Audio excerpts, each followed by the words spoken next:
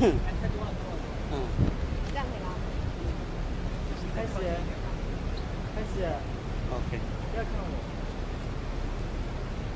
and welcome to Xinhua Global Life. I'm Zhang Yizhi. I'm with Xinhua News Agency. I'm Ming Ting. I'm also with Xinhua. We are now reporting from Xiamen, South China's Fujian province. So in 5 days, the leaders of 5 emerging economies, namely Brazil, Russia, India, and China, and South Africa, will gather here to discuss their common concerns about future development and cooperation. As a kind of reminder, this is a global live stream relay. So after Xiamen, we'll go to my colleagues in Shanghai, in New Delhi, in Moscow, and Johannesburg and Rio.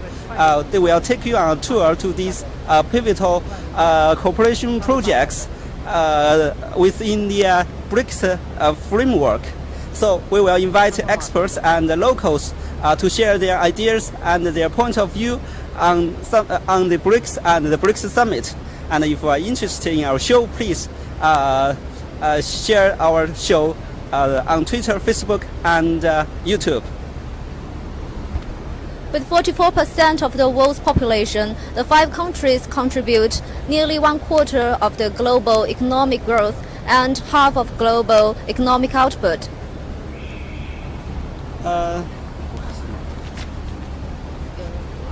So why is Xiamen chosen for hosting such an important event? I think the answer lies in the city itself.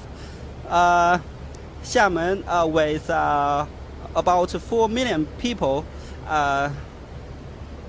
it is famous for the great sunshine, for its coastal scenery, and it has long been a very famous tourist destination in China. So perhaps the most important and the most famous one, the landmark, is Gulanyu Island. It's just about 10 minutes ferry ride from the Xiamen Island proper. So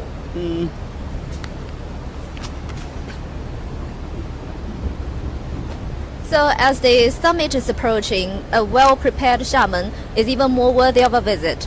And right now, we are standing at the Xiamen International Cruise Terminal. The terminal is one of the 4 largest terminals in China. And there are altogether 3 ship berths here. One single berth serves international cruise ships as large as 140,000 tons, while the other 2 serves smaller passenger ships. And in recent years, the cruise travel business has been growing fast in Xiamen. According to statistics, in 2016, there are about 79 cruises from the other countries as berthed at Xiamen. So therefore, cruise companies choose to enter into Xiamen. Famous cruises such as Sapphire Princess and Costa Victoria also will be berthed at Xiamen. Okay, so we are looking at a ship called Costco Star. It is just in front of us, and it is a very big cruise ship. And this ship will travel between Xiamen and Taichung of Taiwan, and it can accommodate up to 3,000 passengers. As we can see, this terminal is very busy because it is not only a cruise terminal, it is also a ferry between Xiamen Island and the Gulanyu Island. So in recent years, Xiamen has grown into one of the most desirable places to live in China. Air pollution is one of the lowest in China, and as an example of city's regulations control any sort of air pollution, motorbikes are not allowed in the island.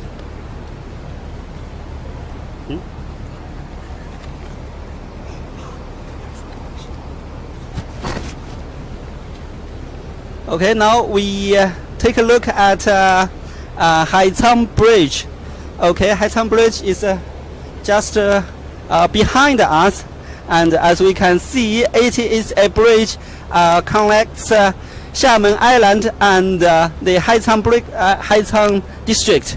So Xiamen, the city of Xiamen comprises 5 districts, with 2 districts in Xiamen Island proper and 3 in the mainland. So Haitang Bridge connects Haitang district and the Xiamen Island. And the bridge, Haitang Bridge, is about 6 kilometers long, and it is one of the longest 3-span suspension bridges in the world. And it was the construction of the bridge was started in 1996, and it was completed in 1999. Haitang Bridge, the Haitang investment zone was set up in the year 1989, and it was established as a district in the year 2003. So Haitang Bridge is a very vibrant and prosperous district of Xiamen, and the Haitang district now is a key investment zone for Taiwanese investors in the Chinese mainland.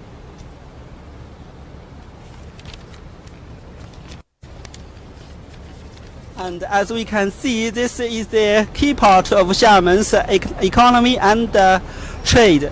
Or as we can see, we are standing at one of the famous docks of the port of Xiamen. We can see a shipbuilding factory in the distance, and this is also a flight pathway. Because once in a while we can see planes flying over our heads. So let's take a closer look at the bridge and the ships.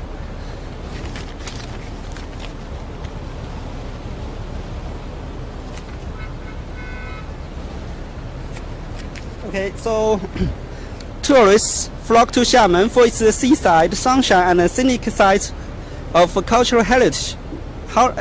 Now, Chinese white dolphins, Xiamen's iconic ocean creature, have become the must-see attraction for tourists.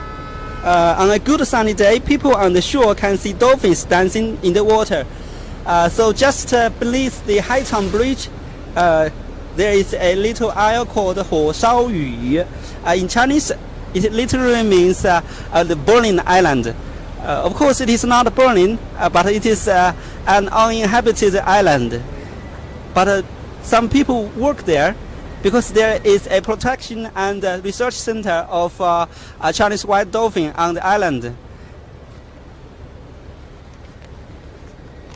It is also a perfect spot for watching and enjoying dolphins dancing in the waters.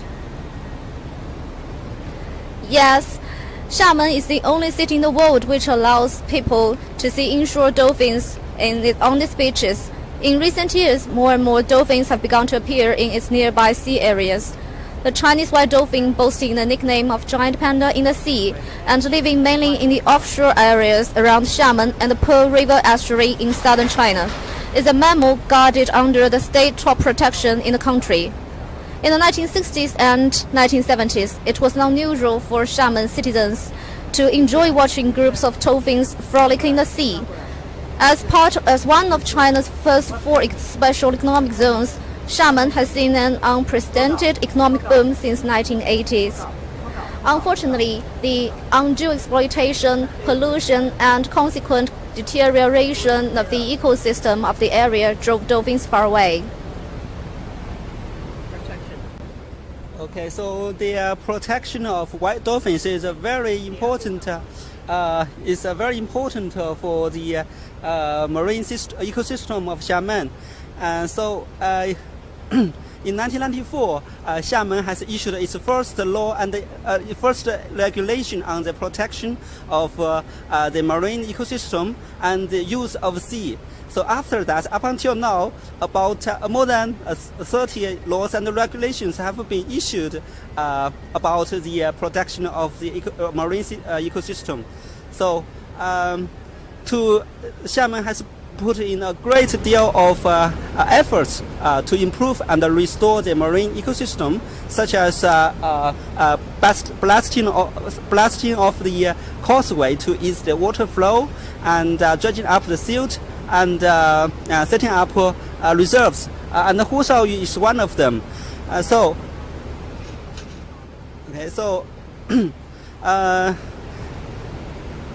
As the environment keeps improving,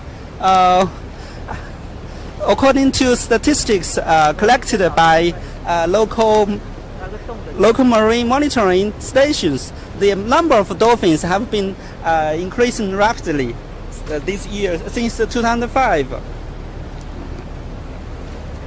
Actually, the cruise terminal is also the tourist tour to Gulanyu Island, popular among over 100,000 tourists flock to it a single day. So, to protect natural beauty and cultural heritage on the island, local government issued new ferry policies, and the number of tourists going to the island was limited to 50,000 a day.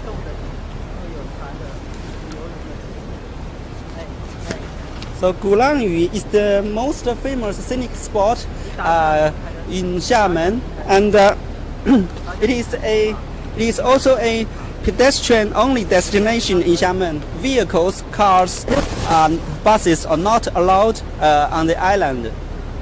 You can see only bicycles and electronic bicycles on the island, and so it is also nicknamed as Garden on the Sea, or the Island of Music, or the Island of Pianos. Why? Up till the 1950s, it is said that every family, every household on the island has a piano, and everybody on the island can play piano. I think that's the legacy of the international settlements. So, Gulanyu, which is famous for its international settlement, has been listed as a UNESCO World Heritage Site last month.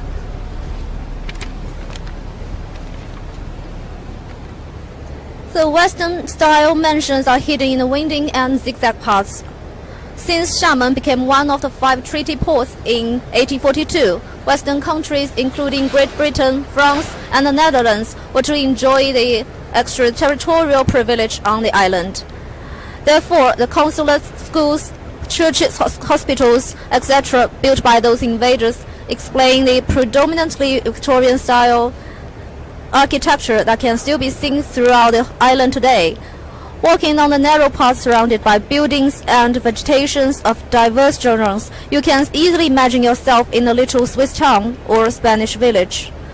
Also, there are buildings of Southeast Asian style, which were built by overseas Chinese who sailed abroad and returned to their hometown in the late 19th century. Now, some well-preserved ones has been transformed into inns, giving those inns an exotic character, which cannot be found anywhere else.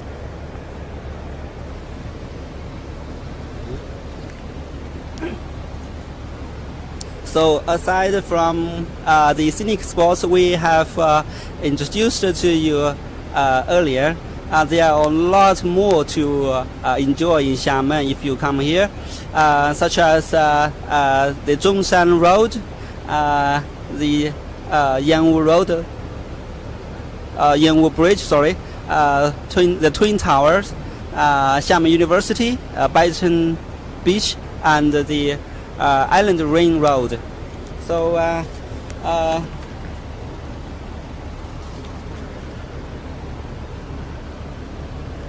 with the summit just several days away, a renovated and refreshed Xiamen is all the more spectacular.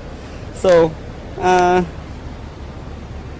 Xiamen attracted lots of foreigners in the past years because of its wonderful environment, not only for live but also for business.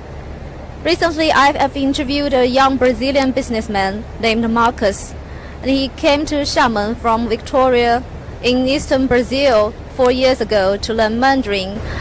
But inspired by the pro-business environment in Xiamen, he soon started his own business to export marble products to South America.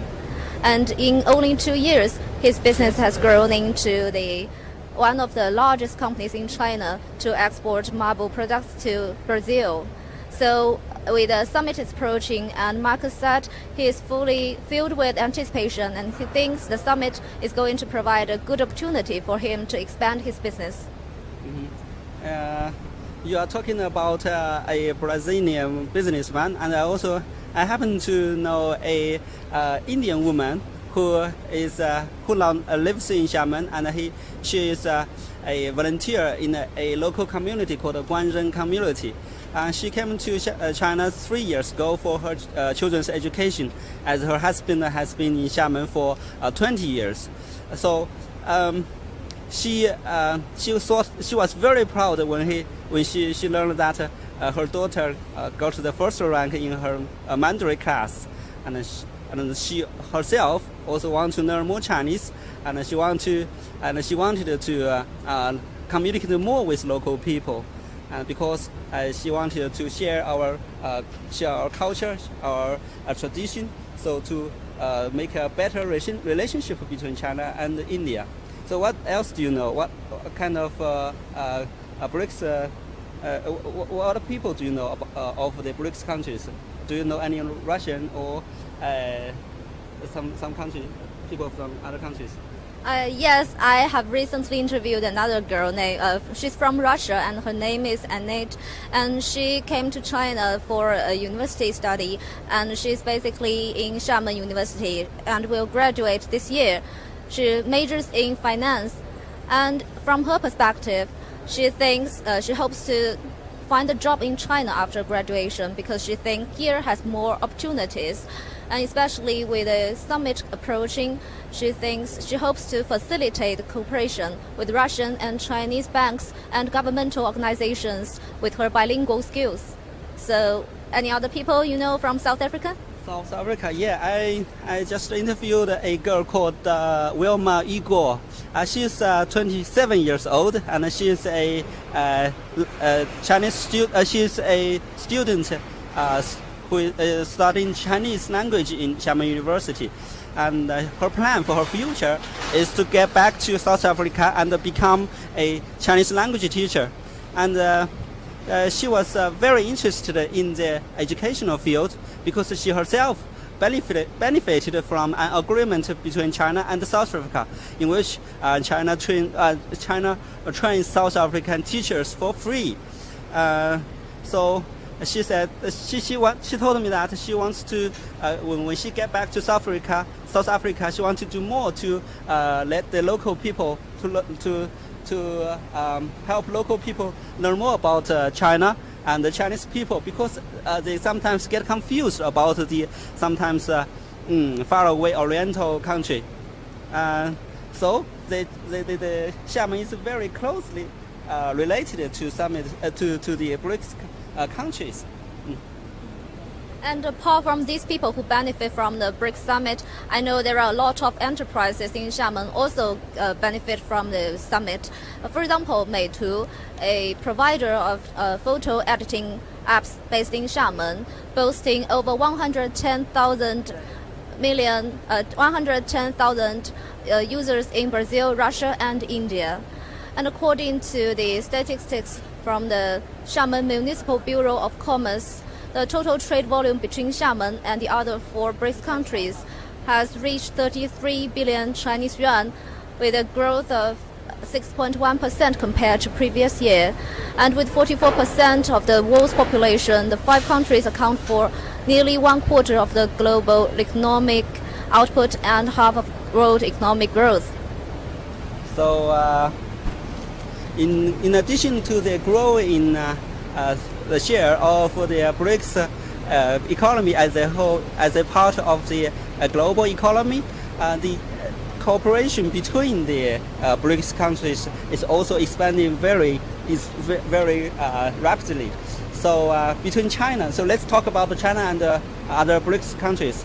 according to some statistics, in the first half of this year, China's imports from the four countries, from India, Brazil, Russia, and South Africa, reached $70 billion US. So that's a very big number, and it's about 33.6% higher than the same period over last year.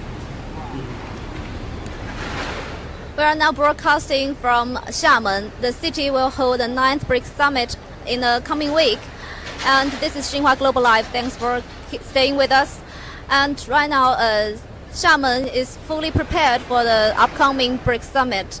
A total number of 2,000 volunteers are undergoing 2 months of training. They learn first aid and different kind of languages and different culture to better serve the guests from all over the world. So, any other information you know about the preparation work before this BRICS Summit? Yeah, the preparation, as I know, the renovation work for the roads and the parks has been finished. So in downtown Xiamen, in Bailuzhou Park, I do not know whether you have been there. The Bailuzhou Park in Xiamen is very famous scenic spots.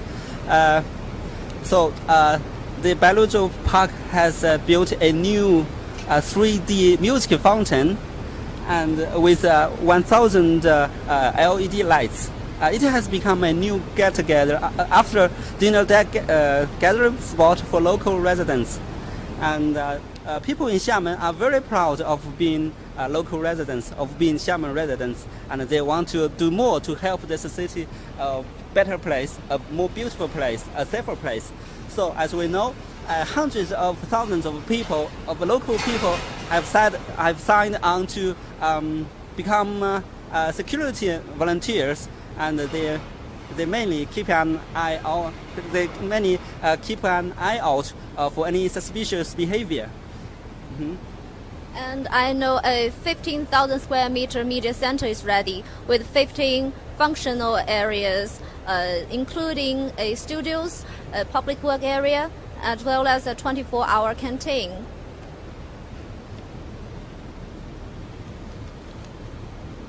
Okay, so it seems that the Xiamen is fully prepared for this summit, and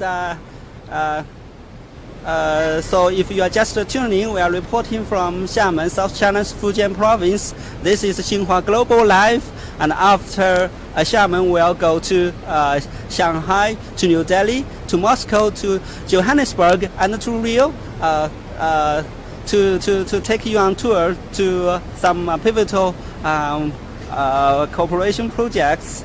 And we will invite experts and locals to share their ideas and their comments on the summit and the BRICS cooperation. So if you are interested in our show, please share it with your friends on social media, so such as YouTube, Twitter, and Facebook. So if you have any comments, please leave your comments so that we can see you, and we will talk it with. We will share our ideas with you.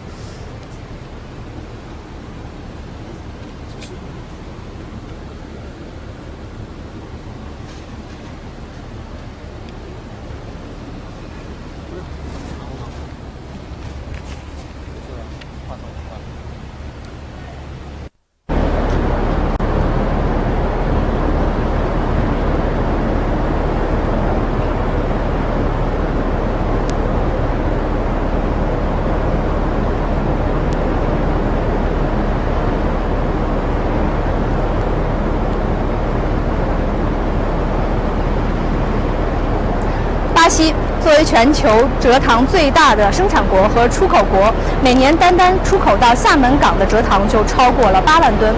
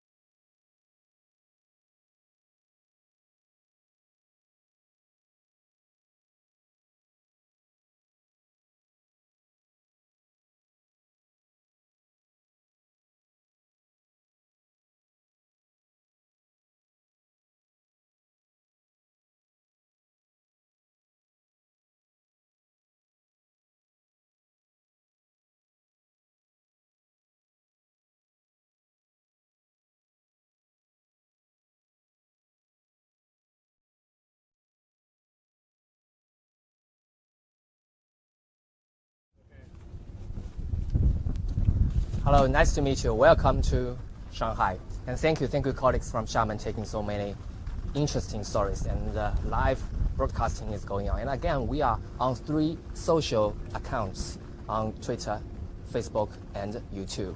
And I'm Pan Xu with Xinhua News Agency. And today our topic is about a bank and a project. The bank is New Development Bank, NGB. It's an actual product under the cooperation among BRICS. You know, BRICS is 5 developing countries, including Brazil, Russia, India, China, and South Africa. So back to the project, you can see behind me is the solar panel projects, and this is our focusing topic today. And the project is the first project financed by the bank NGB.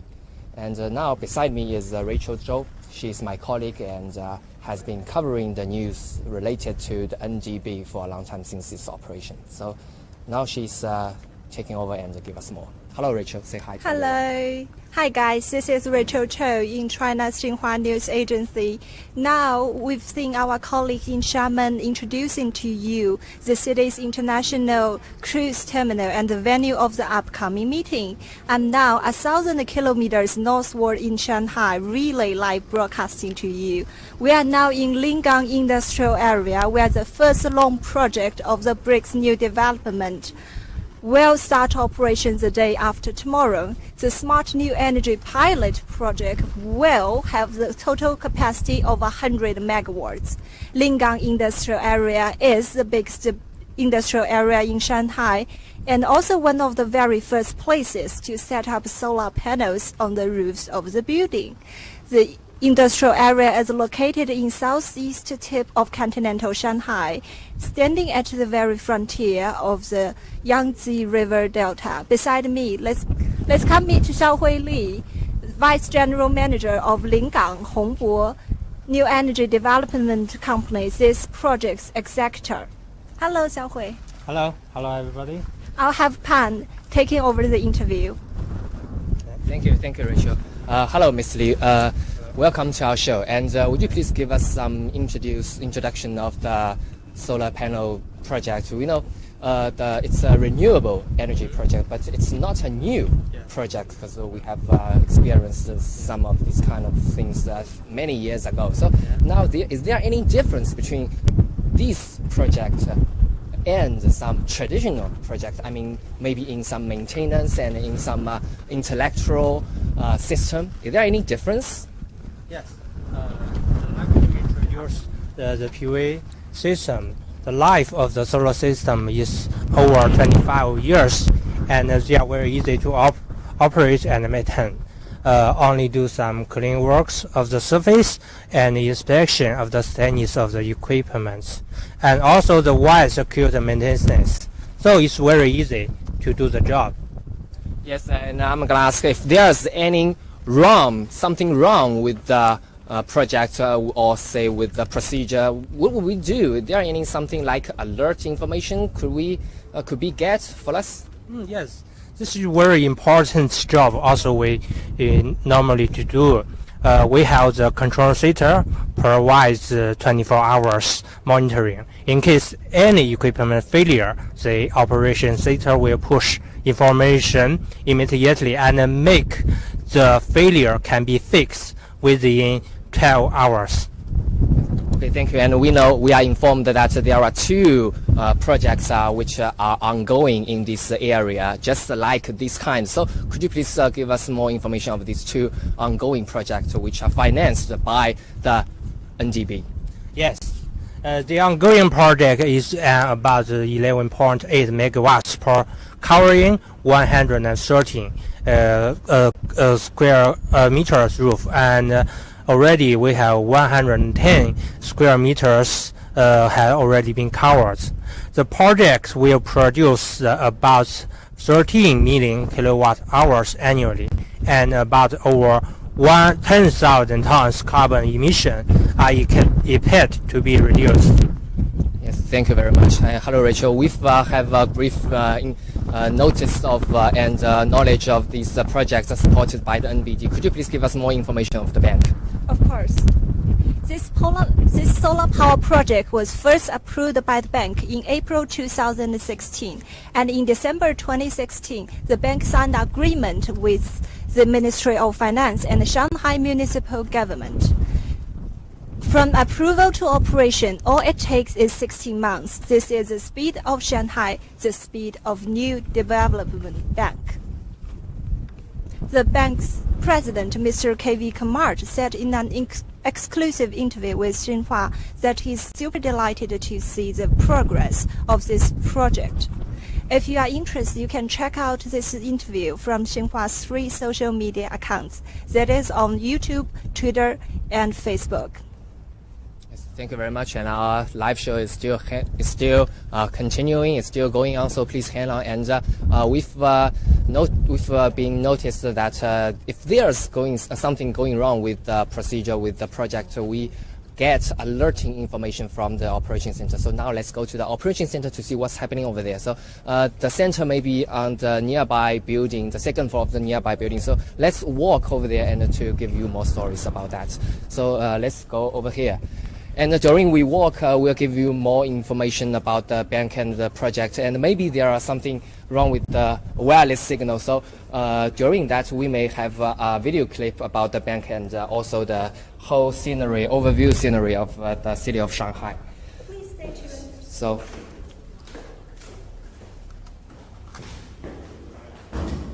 So now we are walking downstairs. The operation center is on the nearby building, second floor of the nearby building, and through that we can have an overall view of all the solar power projects. Solar power projects of the whole areas, about all the information, all the how they worked.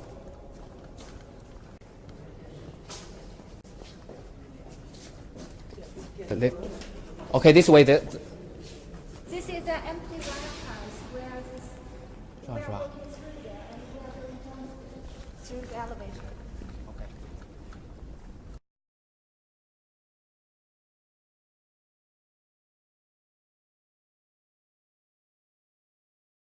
And please stay tuned.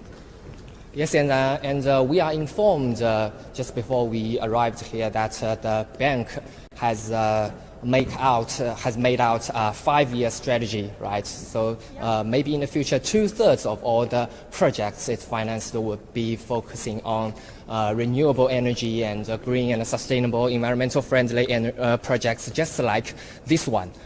So that's. We are going to see more of those projects. Please Yes. stay tuned. We are going downstairs through stairways.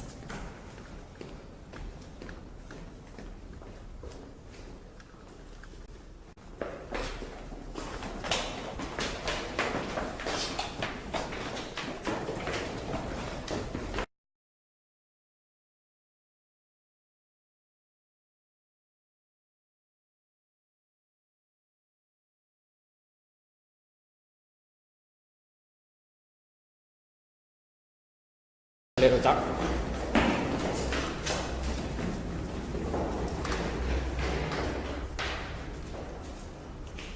So let's take on a minibus. That's the minibus. Oh, over there. Let's take the minibus to go there. It's about 3 minutes away from here. You know, this area is really big, right? There's so many buildings. Yeah, it's actually Shanghai's biggest industrial area. Yes, and all these industries is about renewable manufacturing, I guess. It's all about green. We are riding at this minibus. Okay, let's take on the bus.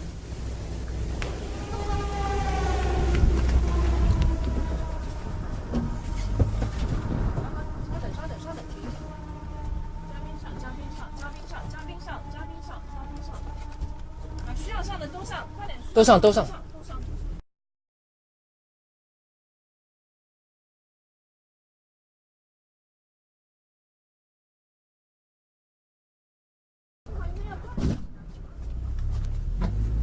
We will take like a couple of minutes to get to the operation center, where we will have more interviews. Please stay tuned.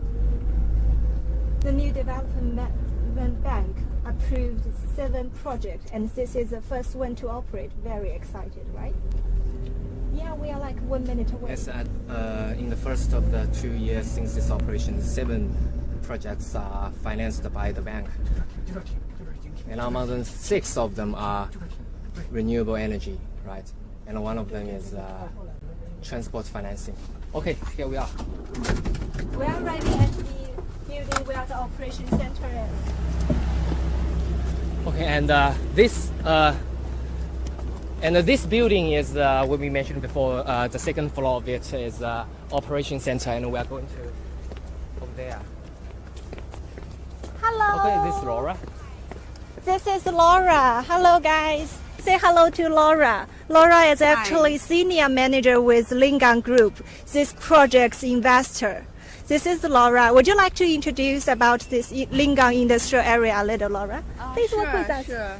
My pleasure. Well, Lingang industrial area was launched in 2003. And it is the largest industrial area in Shanghai with a planned area of about more than 240 square kilometers. It is also the most important equipment manufacturing center of the city. It is trying very hard to build an international center for smart manufacturing. And it is also part of Shanghai's endeavor to build the city into a science and technology center with global influence.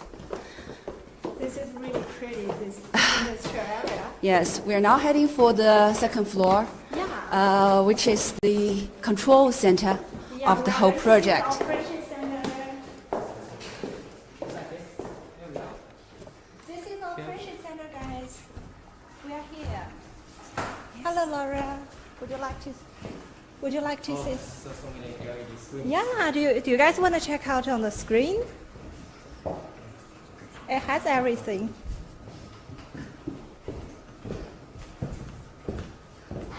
This is a world map, and you can pretty much see everything in this control center.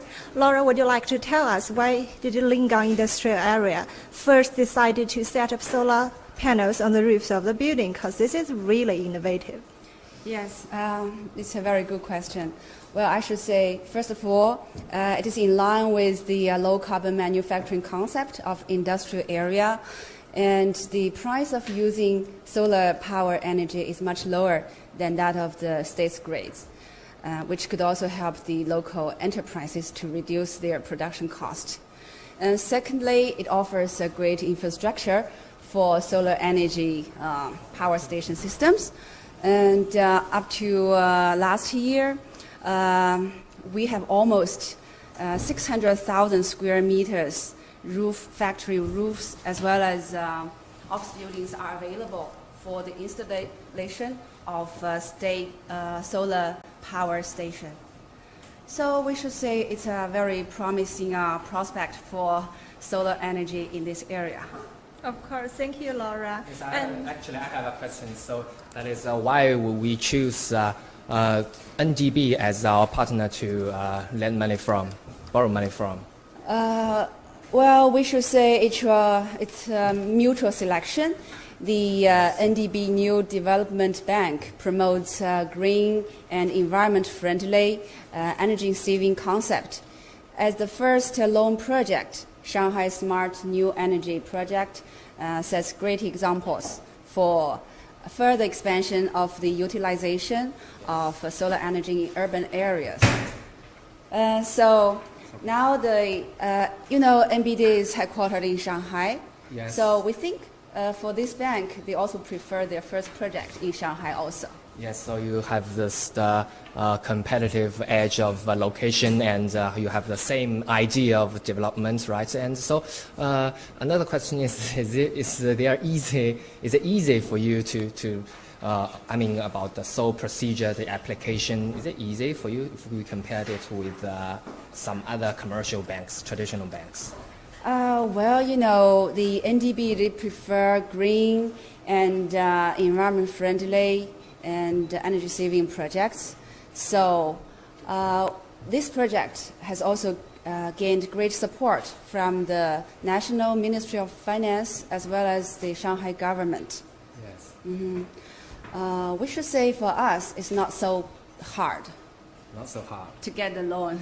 Yes. So how long would it be the total term? The total term for the application procedure, Yeah. it takes more than 1 year from the very application to the final signing of the agreement. Yes. More And- than 1 year. Okay, that's long or not? A little bit short. Well, I compared guess. with other projects, it's relatively short, Yes. not that long. But we think this is the first project. Yes. For the following projects, we think it will take less time. It will be faster. So, and what about the term? I mean, in terms of the whole loan, Well, how many years? The term is more than 17 years. 17 years. Yes, so it is very long. And we also applied a construction loan, which means the loan goes in parallel with the construction progress. So for the time being, about 4% of the total loan has been released by the bank, which is equivalent to an amount of 23 million RMB. That's very competitive in the market, right? So the bank Yeah. is tapping the market if we compare with some other banks. Yeah, it's very appealing. Yes. So thank you very much. And Rachel, do you have any questions? Of course.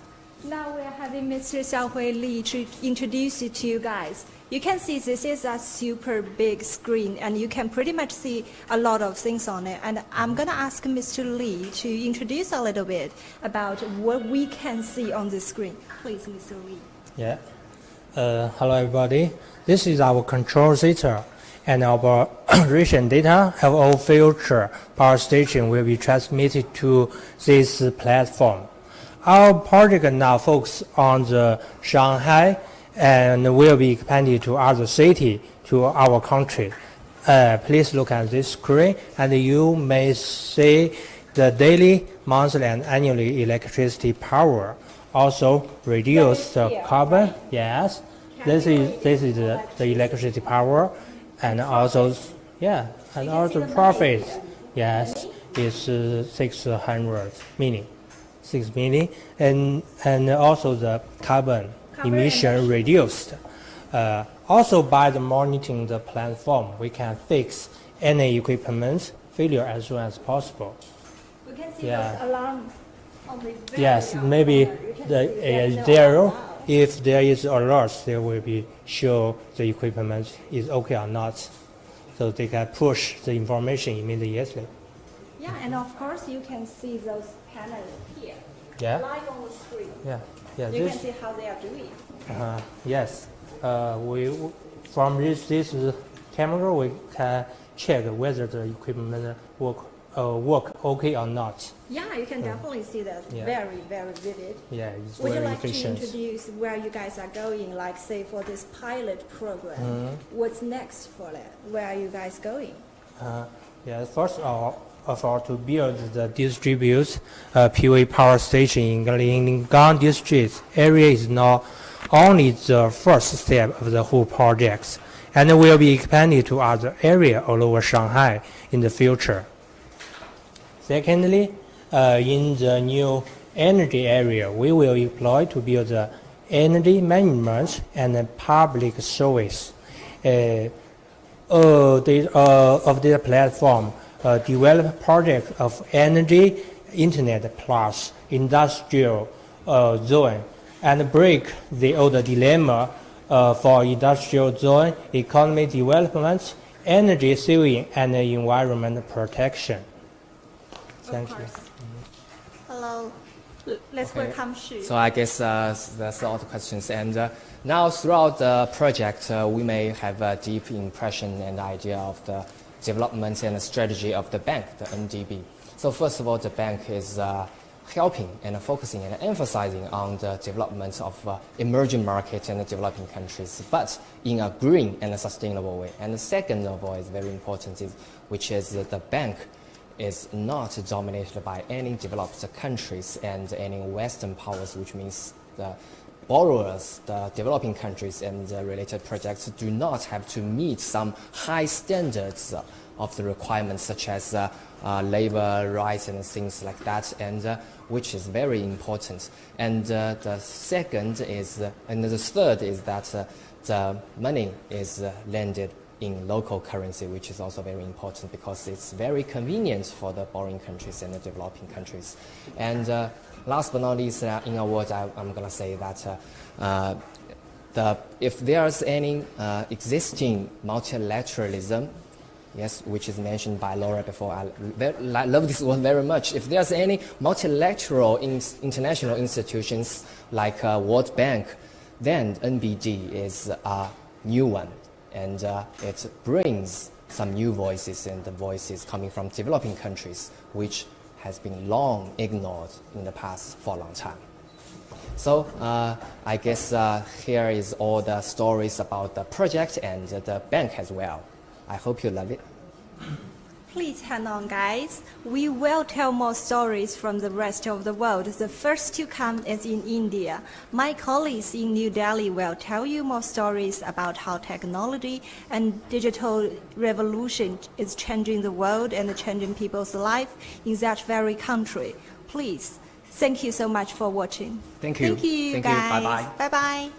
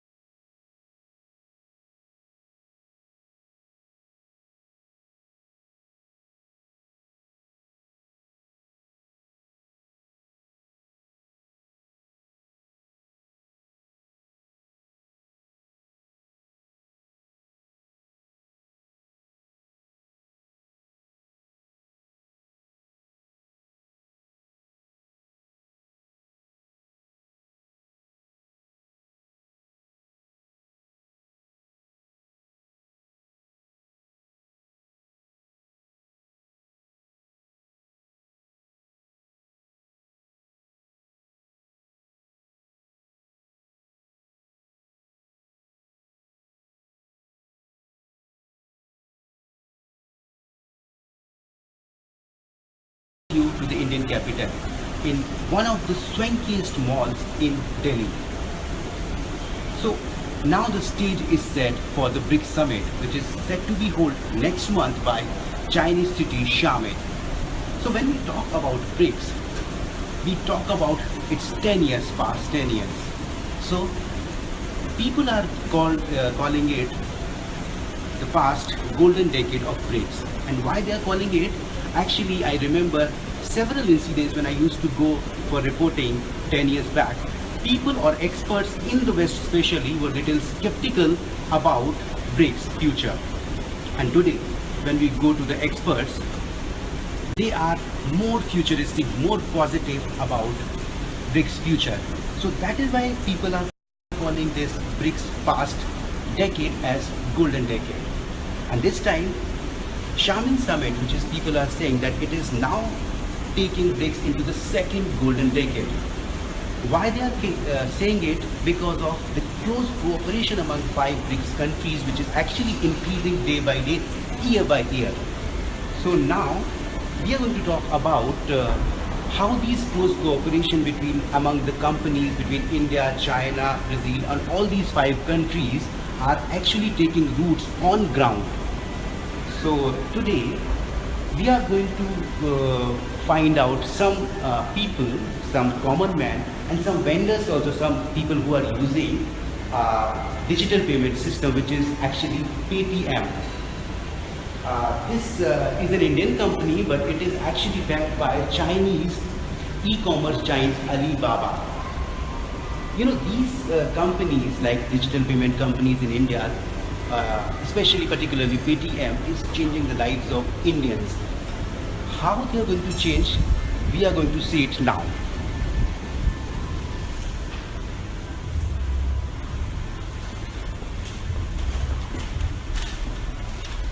So this, like you see, that the BTM is accepted here.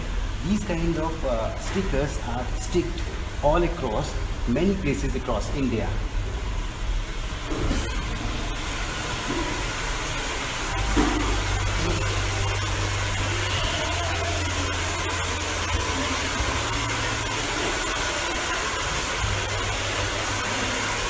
So this is an FMT salon, which is one of the most swankiest malls or affinity salon beauty parlor in Delhi. So let's talk maybe one of the customers who normally used to come to this place, that why they chose this and how you're going to pay after this, like you have, what you have gone through actually, what you did. Actually, we don't have ATM machine, debit card machine, so I'm paying from ATM.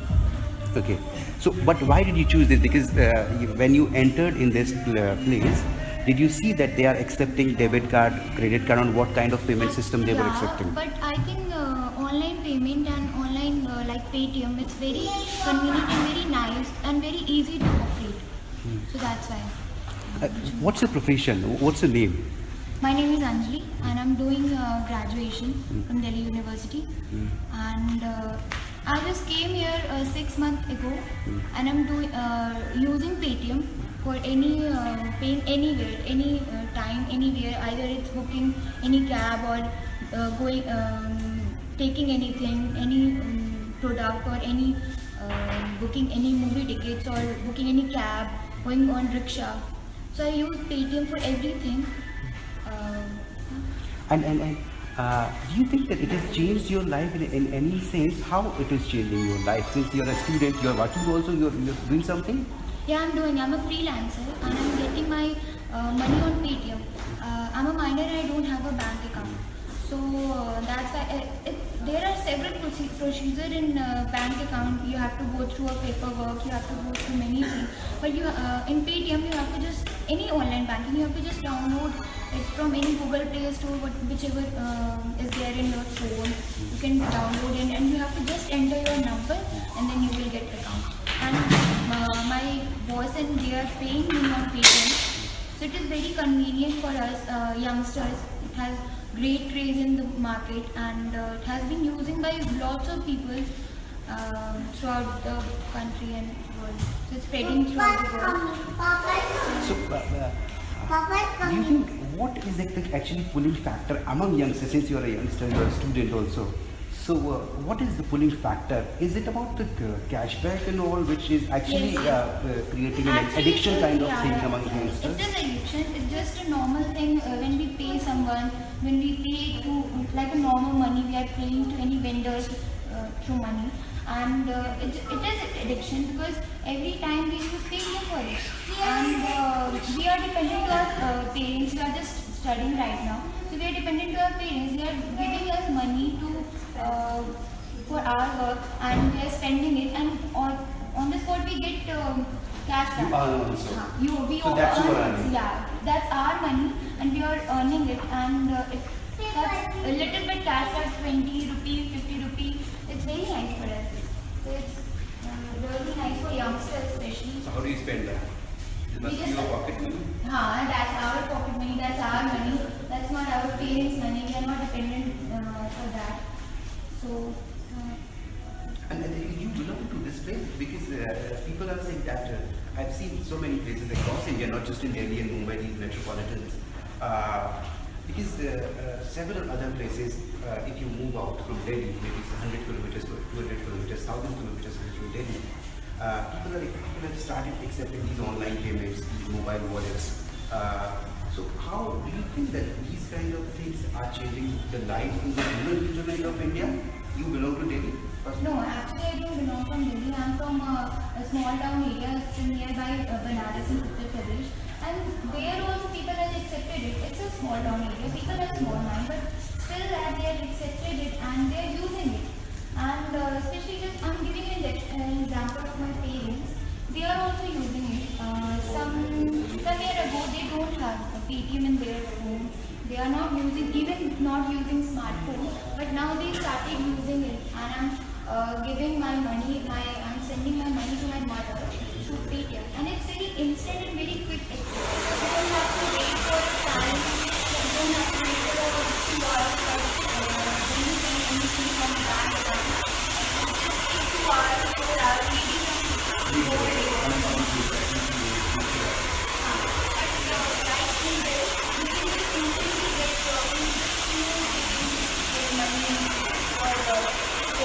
And I have siblings also, and I'm giving them money by Paytm to Paytm, and it's very nice and very easy to use. It is very nice application that it just stay in your phone and very shortly. It is not heavy. It's not being bagged in your phone. You can just easily download, easily use it, and it has very quick access and very instant.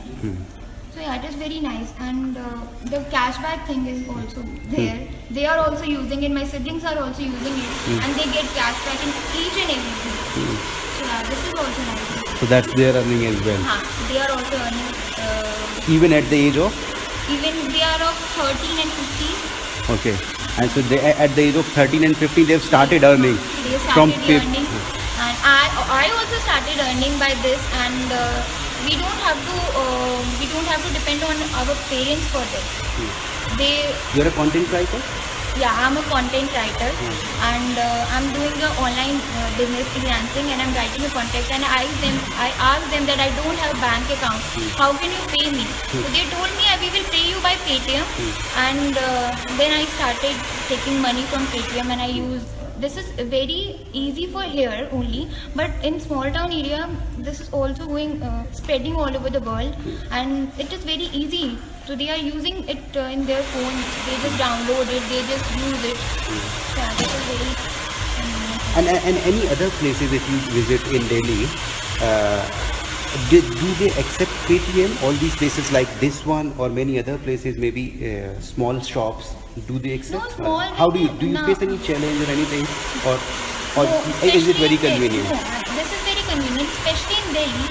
We book cabs by Paytm. We pay by Paytm. They are sometimes small vendors. When you don't have change, they give you chocolates, and I'm fed up from those chocolates. So now they are taking Paytm, and it's very easy to give. You have to just take it, and you don't have to waste your time on this paying by Paytm. So yeah, this is we don't face any problem regarding Paytm in Delhi, but in small areas also. They have started using. Small vendors have started using and taking money by Paytm. So that's how you have seen that it is the online payment system, online payment gateway. Mobile wallets have not just changed lives of youngsters. In fact, cashback has actually created strides to some kind of addiction. You can say that they have once they buy something, once they transact money in Paytm, they will actually come again because of that cashback. So it's a sustainable business kind of system. So if we talk about, let's see some other guests also, what they talk about this payment gateway system. So, hello ma'am. So what's your name and what's your profession? I'm a designer by profession, and my name is Archana. Okay, so you must have seen there are so many people that have started accepting Paytm, not just in Delhi, maybe other cities also. Which place do you belong to? You belong to Delhi or you travel? I travel to other states, but I stay in Delhi only. My profession is like travel to trips, and whenever I get a chance to travel for holidays, I travel a lot. Yeah. Not for work, but for holidays I travel. For leisure I travel. Okay, so do you see that Paytm kind of stickers everywhere or you don't? Yes, I see lots of mobile banking, and even I use it also. So there are so many mobile banking apps are there on which we can easily pay for anything with them. So yes, I'm very familiar with that. So tell me something about yourself, your family, and how it is particularly Paytm, if we talk about how it is changing your life, or it has changed anyway already. Okay. So yes, it is a very big savior for a mother who has a 2-year-old kid who just you don't know that even I don't know when she will ask for what. So whenever we go out, okay, whenever I go out with her, she just wants anything in the market, and then I have to instantly buy it, and I can't stand in the queue to buy something for her. So it's very convenient. I just ask the vendor, give it to her. They just give it to her, and I pay it through my mobile banking, through my phone. So it's like a savior for me when I go out, and all the time I have to go out with her only.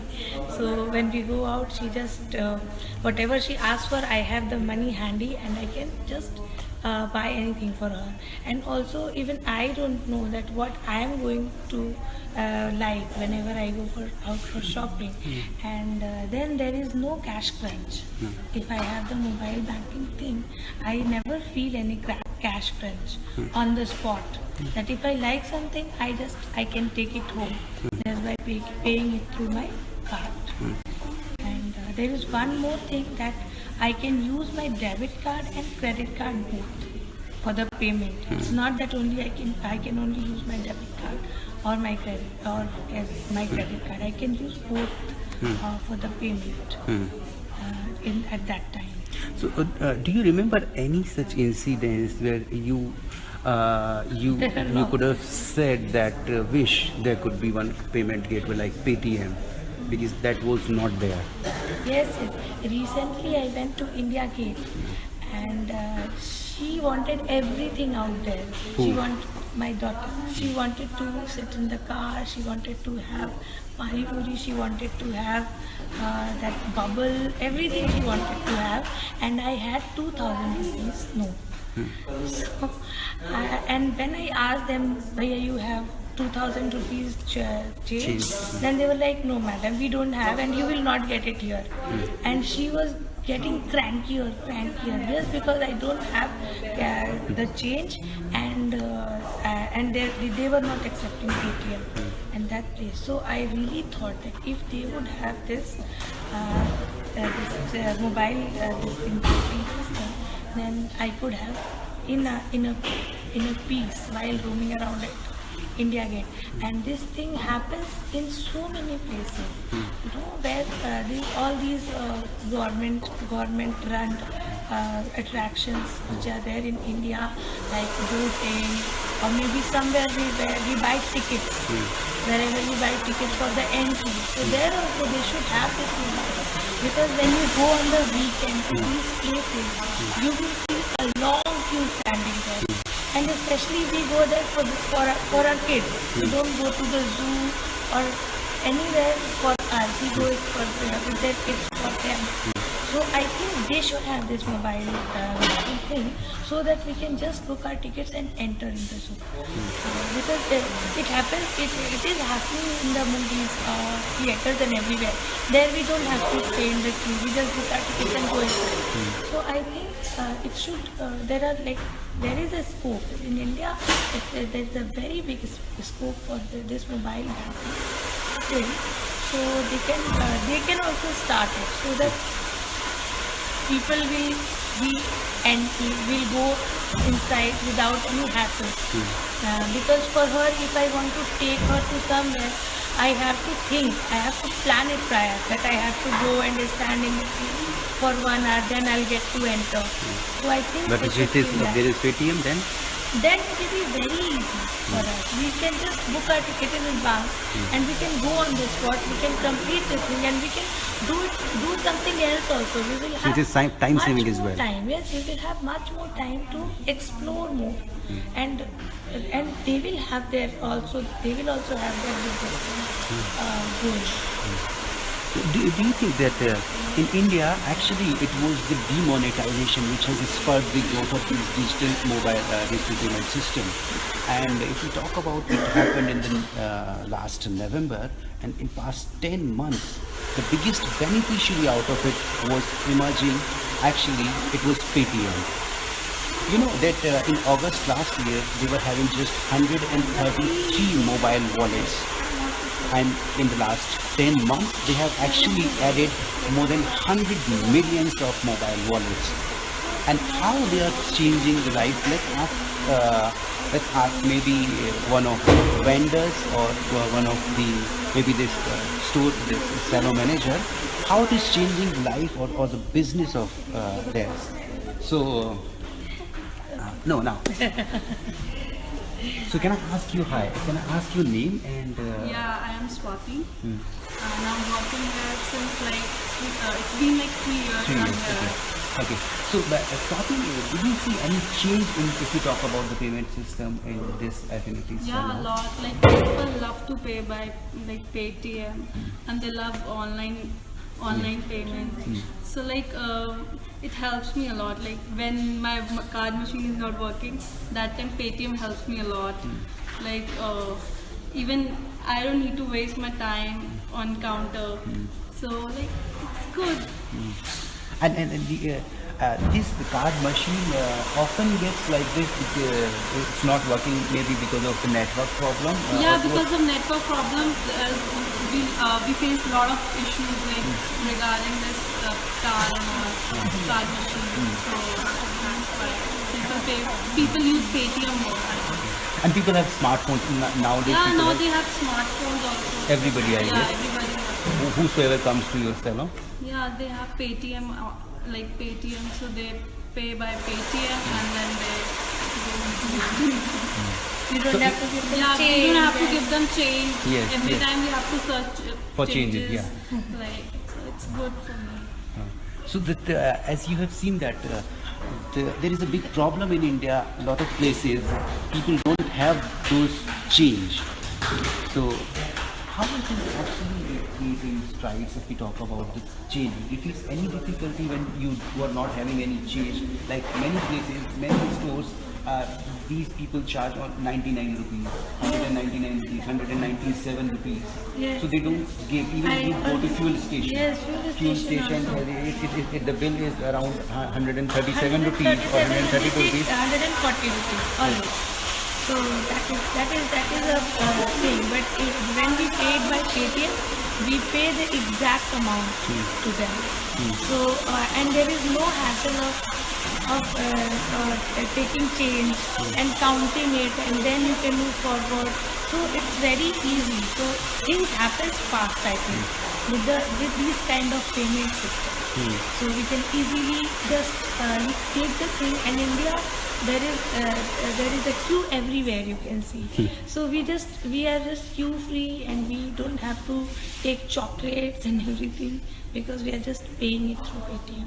And sometimes we don't wait only to some places. We just tell them we will Paytm, and they trust. I don't know how, but here everyone, whoever is using Paytm, we just tell them I will Paytm, and they say okay. You can move ahead to do something else.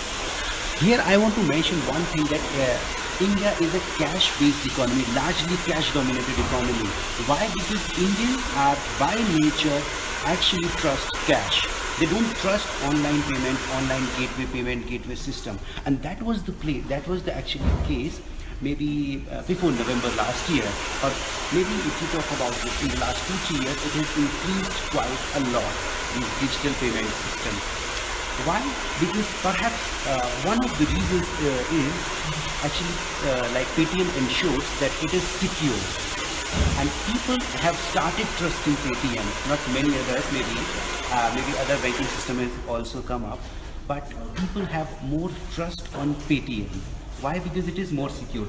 Is it about it? Yes, it is secure because it has a password, and then it has your own mobile number, and for bigger transactions you have QR code, which is accessible by you, and you can send it to whoever you want. So people can draw drop in money from to your account. No one can take out money from your account. And that is the most secure thing which online mobile banking has. I've just spoken with one guest here.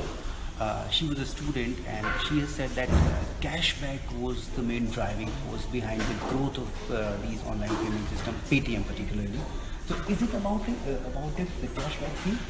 How it is Cashback, changing? yes, that is the very exciting thing I can say. Whenever we buy something, some home appliances, something which is like little expensive, you get these cashbacks. You get these exchange offers also. So you can exchange your old stuff with the new stuff, and then you get cashback. And the cashbacks are better than what you get in the market. And do you earn?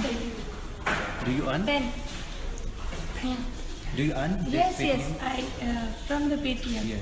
Yes, they give us cashbacks, and those Cashback you can cashbacks are utilize in it. utilized in other things. Yeah. Yes. Like what if you spend something on big appliances, Yes. it means you're not just spending, you are earning as well. Earning as well for some other thing. Like if I'm buying washing machine, that I'm getting a cashback for maybe a hand blender. So that is very exciting. You people like, especially I buy things. I club things and buy from Paytm or any mobile display.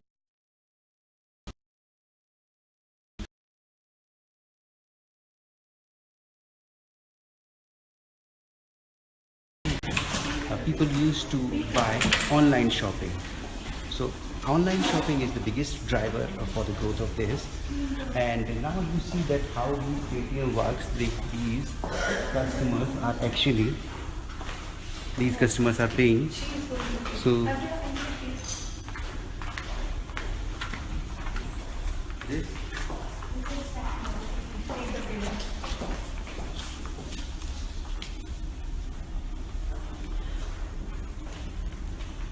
it's very convenient.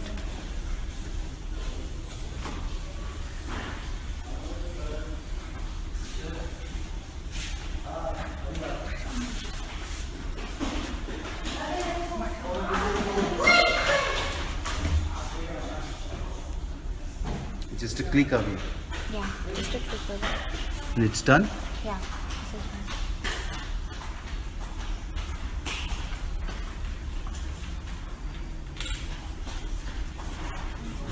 So that's how people are accepting it, and people are actually at convenience. This is the most convenient payment gateway system which India trusts actually.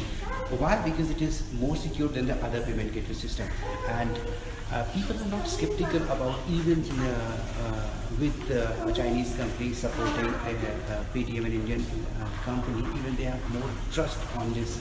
So we see maybe in the future when the BRICS cooperation is in 5 countries, we will see a lot of Chinese companies coming together. We have seen it in the past decade, but as we enter into the second golden decade, we will expect even Indian people are expecting more Chinese companies so that it will enhance their lifestyle, their convenience, or everything which they want actually, because it is at ease.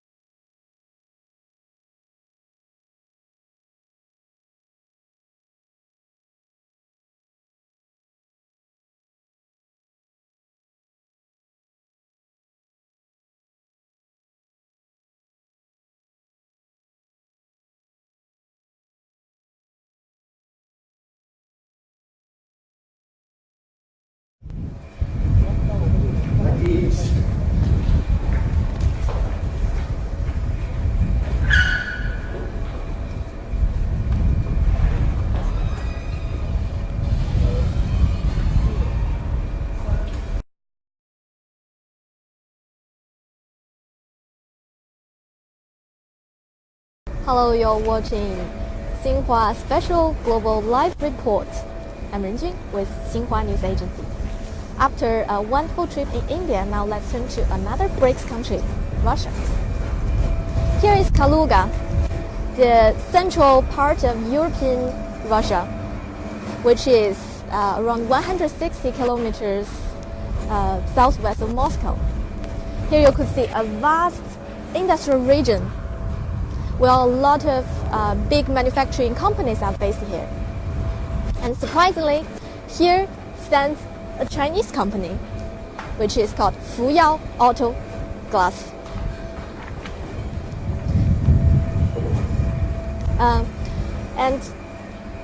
Fuyao Auto Glass is the world's leading auto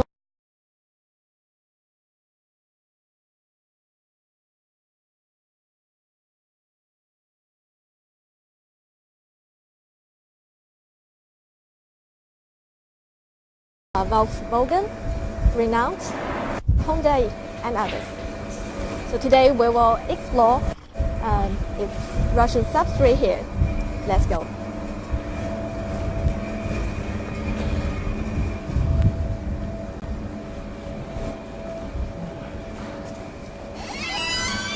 So here is the main building of the Russian company. And we are very honored to have Mr. Xie Zhi, Vice President of Fuyao Russia, to talk with us. Okay, nice to meet you. Nice to meet you, Mr. Xie. So, Mr. Xie, can you introduce your auto glasses produced in this factory? Okay. So, first I want to introduce this piece of the glass. We call it the acoustic glass. It can help to reduce the noise from outside, to make the passenger in the car feel very quiet and comfortable. Wow. Okay. And I heard because in Russia, winter is usually very harsh and very cold. Yes. Sometimes the windshield glasses are very easy to broken. So can Fuyao deal with this problem? Yes, for the Russian market, we developed a typical kind of the windshield for Russia, because everybody knows that the Russian winter is so long and too cold. So we applied the very thinner, the tungsten filament inside of the glass. Inside of the glass, it's invisible. After the power on, the tungsten filament will hit the glass, and then after 3 or 5 minutes, the glass will become warmer. So it means very easy to clean the frost and ice and snow on the surface of the glass. Very cool technology. Yes. Very useful in Russia's winter. And now this kind of glass is very welcomed in the Russian market. Yes, definitely. It will be very warm welcomed in Russian market. Yeah. And here we could see a canteen. So basically food is Russian food. Yes. This is our canteen. It works from morning to the evening? Two shift. Because the shift sometimes is either 3 shift or 2 shift. Okay, we should always provide the food to our workers.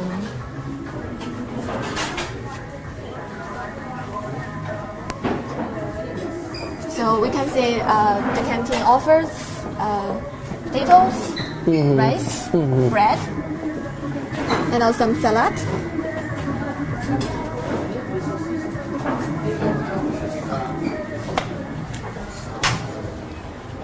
So, Mr. Xie, I'm very curious about why Fuyao picks Russia as its first destination to set up an overseas factory.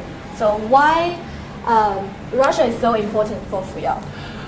So since 1997, our chairman visited Fuyao, Russia, and we find that Russia have a very huge land and abundant resources.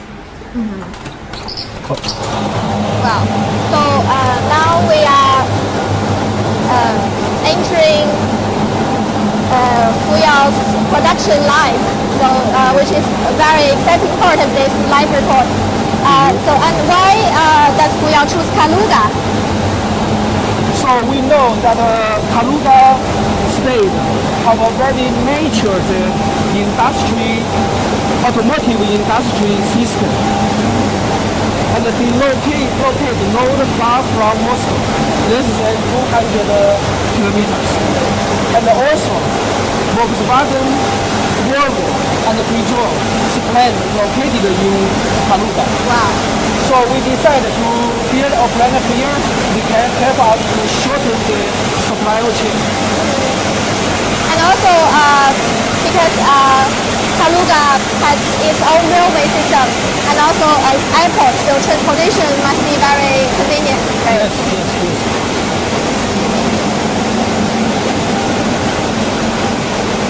And Mrs. Xie, can you introduce about the basic process of how the auto glasses are made? Auto glasses are made, like the basic process, which process could be... Okay, the automotive glass is produced process including 4 steps. First is cutting. Use the raw material we should cut based on the design, the size. And then we will make some printing with some... Printing some inks? Yes, some inks, oil inks. Okay, and the next step is the bending. Because you know the windshield or the backlight have a tape. Bending and lamination with the PVB inside the glass for the safety. Okay, and this workshop you can see this is the final process. Assembly of the accessory on the glass. Okay, this is the middle base. For the middle. For the mirror? Yes. Wow, and we could see industrial Robert is busy working. So what is Robert doing now? This Robert now is making the edge of the glass very cleanly, very smoothly. It's for smoothing the edge of the glass. Yes. Wow. So how many workers, how many hours does this Robert work each day? At present is 2 shifts per day. And one day we will produce more than 2,500 pieces of glass. It is Robert also brought from China. The whole assembly line we import from China. Wow. A whole line. So it's Chinese-made Robert. Import from China. Yes. Cool. So it's basically the same technology used in the Chinese factories. Yes.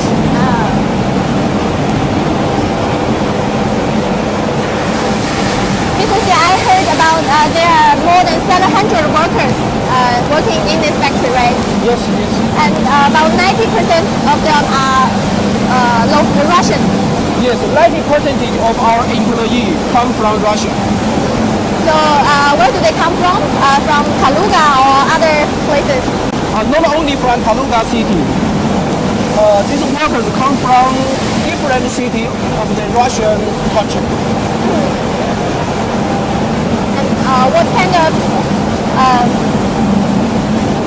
packages, like income, their wages or welfare that Fuyao's Russian subsidiary provides for the Russian employees?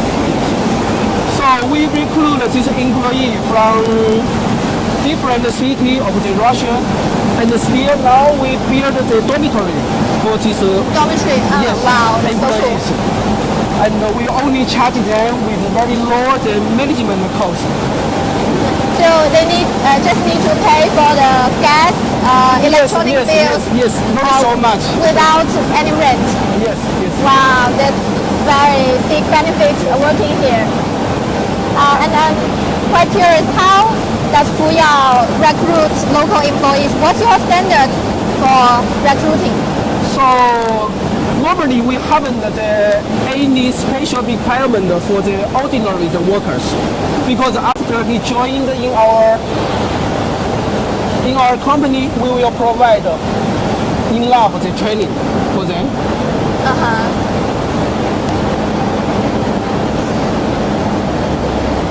So how does the organization of your company, like how does the Chinese managers work with Russian managers? How do they collaborate each other? We always pay more attention about the local management team and the local team building. Meanwhile, we send a lot of the specialists and the management team from our headquarters to make a training for them. So normally we will take 1 or 2 years to finish the training. Yes, and we hope the local team will take them responsibility.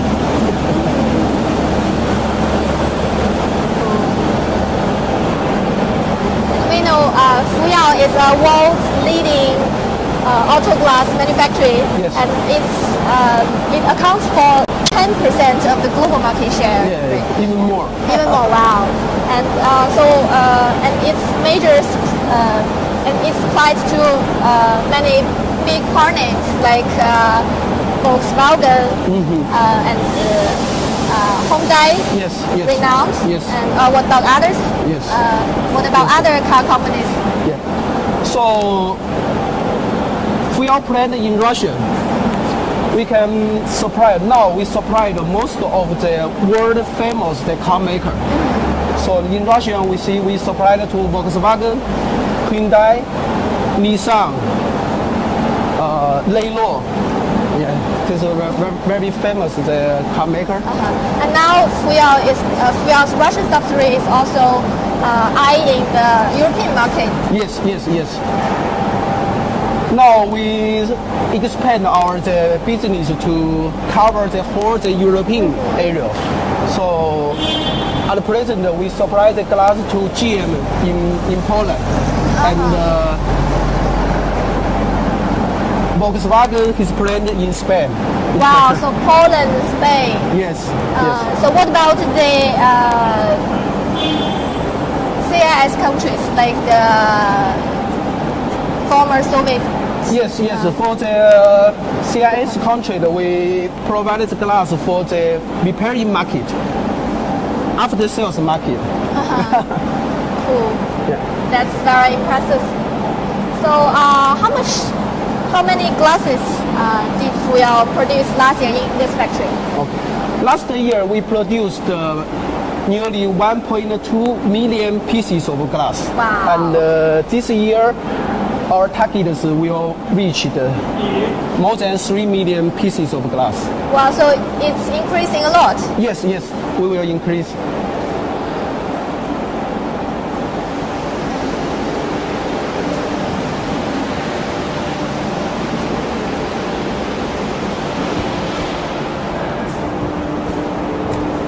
Here we have some basic information about Fuyao's headquarters. Its headquarters are in China's southern Fujian province, and established in 1987, right? Yeah.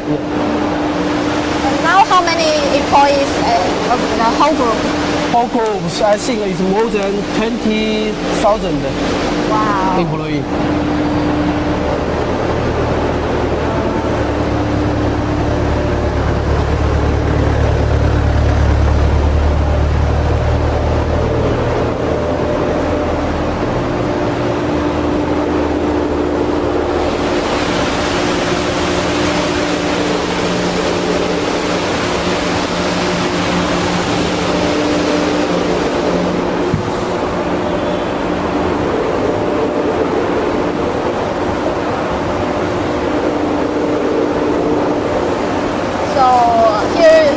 Now you're watching a special global live report of BRICS. We are now in Fuyao factory in Russia's Kaluga. It has 13,000 square meters It was set in 2011 from Greenfield and also began production in 2013. And Mr. Xie, what kind of assistance does the local government provide for Chinese companies here? In the construction period, since the beginning, the governor in Kaluga, he held the periodical meeting with us to support to solve the problem like the water supply and the gas supply, electricity supply. Really, we appreciate that the local government give us very big support.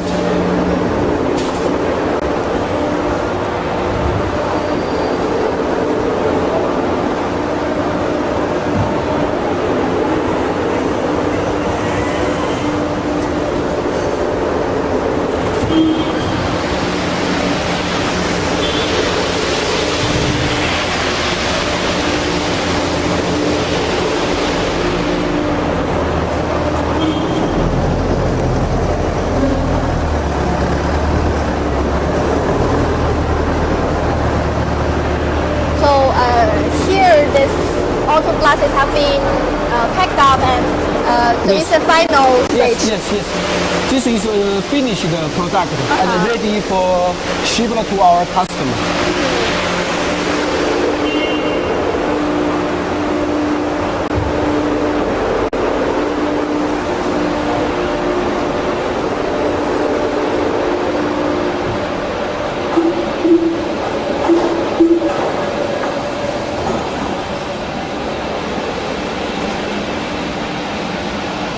How do you think about the Russian employees here?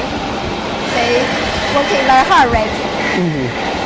So, as my opinion, the Russian employees are very good educated, and his behavior is very good, and follow our procedure and follow our regulation. Wow, here you can see bunches of the finished products of auto glasses, and they are waiting for shipping. So here we could see a truck carrying the container. So here we will meet Mr. Alex Volkin, the logistics manager of Fuyao, Russia. So, hello, nice to meet you. Alex, how are you? Good?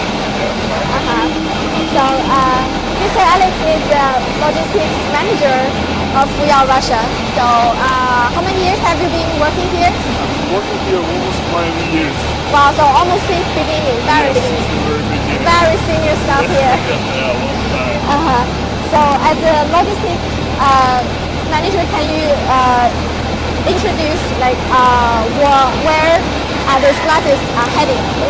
So that's the place where we load our ready goods, auto glass. Mainly we use trucks to deliver them, and we ship them not only to Russian cities such as Moscow, St. Petersburg, but also abroad, to Spain, Belgium, France, England, Turkey. Sometimes we use sea freight for Turkey, for example. And mostly by railway? No, mostly by trucks. By trucks? Yes, by auto trucks, yes. So, how many glasses will be transported each day?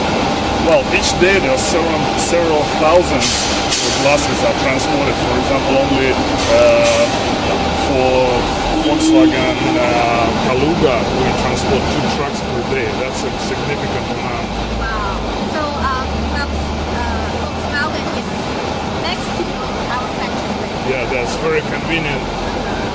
So Volkswagen is our biggest customer. Yeah, one of the biggest, yes.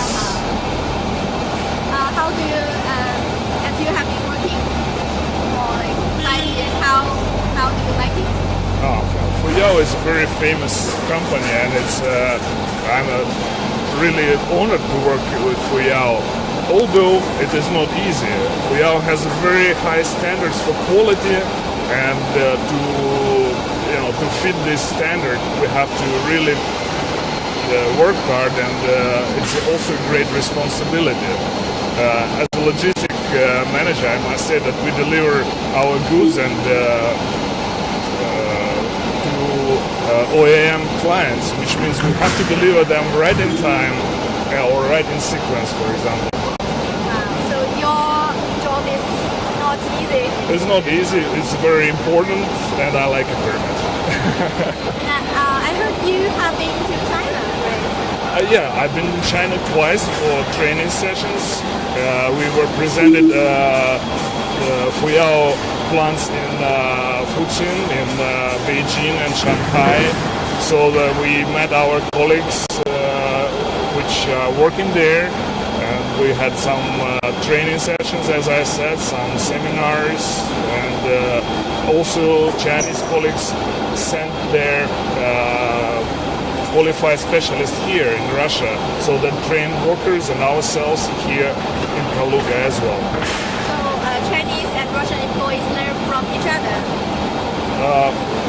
Well, they understand each other, definitely. Chinese colleagues are very patient trainees, very good tutors, so we may have some working disputes, but they are solved very quickly in place. Did you have some cultural shock in Fujian? No cultural shock. We are quite well, in our world we are getting used to work and live together, be understandable and tolerant to each other. And plus to all, as I said, Chinese people are very generous and kind, so they met us with all their hospitality and warmness. Wow, it's glad that you enjoyed your trip there. Well, that's true. Plus to all, we had some festivals together in China. Our colleagues went there for the New Year, and here also when we have opportunity to spend holidays together with them. Thank you, Alex. It was my pleasure. Thank you very much.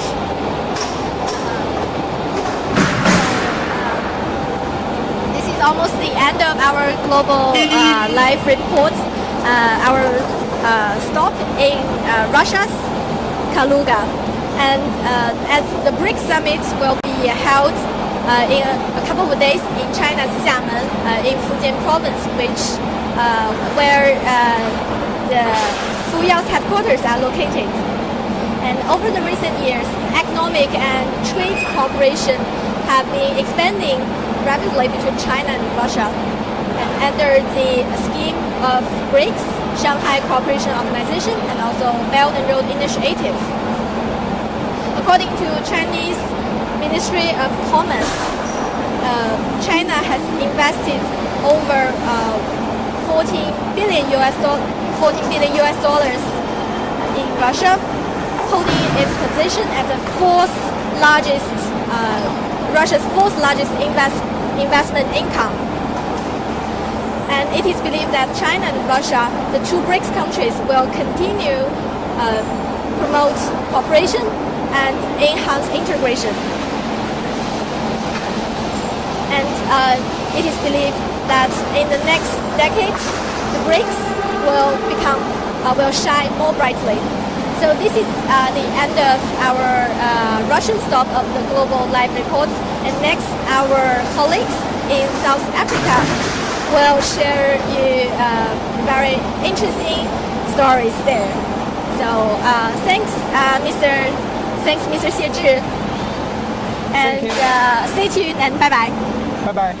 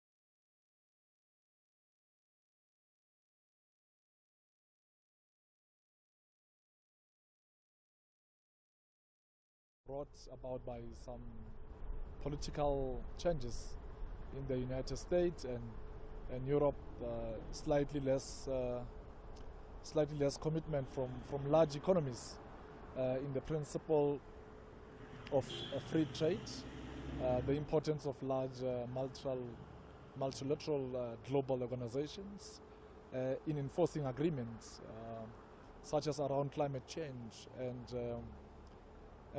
other very important social and economic issues over a long term.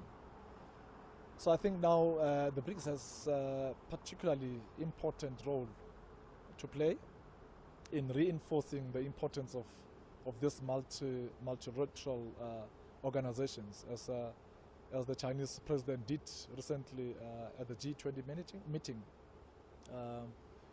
Emphasizing that the G20, that the United Nations and the G20 and the United Nations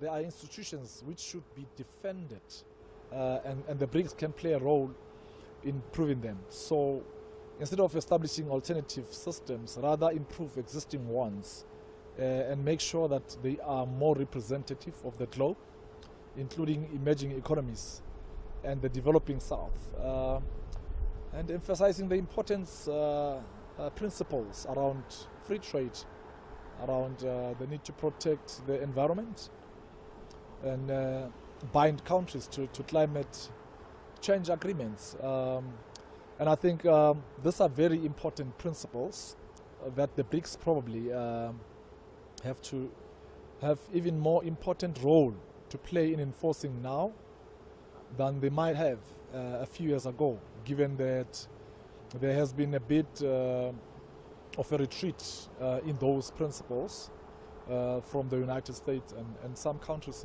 in Europe. What do you think about the important about the people-to-people exchange among China and South America, or the BRICS countries? Okay, politics obviously happened at a fairly high level, economics and commerce as well. But it's those humanitarian, those people exchange in a way, develop those long-term engagements and relationships that makes this bilateral country groupings more sustainable. So I mean, I think they are very useful. What we need to make sure of is that the people-to-people exchanges are mutually reinforcing, and it is not simply a process of South African going to China. It's duality there, which ensures that there is a cross-learning and that there is an engagement between these cultures and there is civilizations and these various groupings to ensure that some of the partnerships which are struck at a senior political level bend themselves down at a humanitarian engagement level as well. So I think those are important, and we have seen those consistently engaged into FOCAC, the former China-Africa Cooperation and broader China-Africa engagements. Has been a very consistent emphasis on that people-to-people relationship, and I think it had a very important effect in ensuring that when there is some controversy or when there is some political of China in Africa or vice versa, that there are those engagements which do offset some of the political and economic noise. So absolutely, those are critical aspects of this broader BRICS grouping. Mr. Xiamen, I have a question from the internet. What are your expectations and wishes for the BRICS meeting in the Xiamen, Chinese Fujian province in September in this year? So there's a few things I would like to see. Not in a specific order. I would like to see more discussion around BRICS Plus. I'd like to see some engagements from China, which is hosting, of course, and other members to talk about expanding BRICS. It might not have to be expanding BRICS to include more official members, but expanding the mandate so that there are more countries represented, so that the BRICS can represent more appropriately emerging world rather than simply these 5 economies. I'd like to see another African country represented at some point. I'd like to see better representation out of other countries like Turkey, potentially Indonesia, and elsewhere. So that one issue out and elsewhere. So one issue I would like to see. Okay, that's one issue I would like to see. Secondly, this has been committed. We need to see more information about the new development bank. What are they doing? What projects are they prioritizing? How committed are each of the 5 member states to ensuring that this banking genuinely prioritize new infrastructure projects throughout developing economies? It's very exciting what we have seen so far.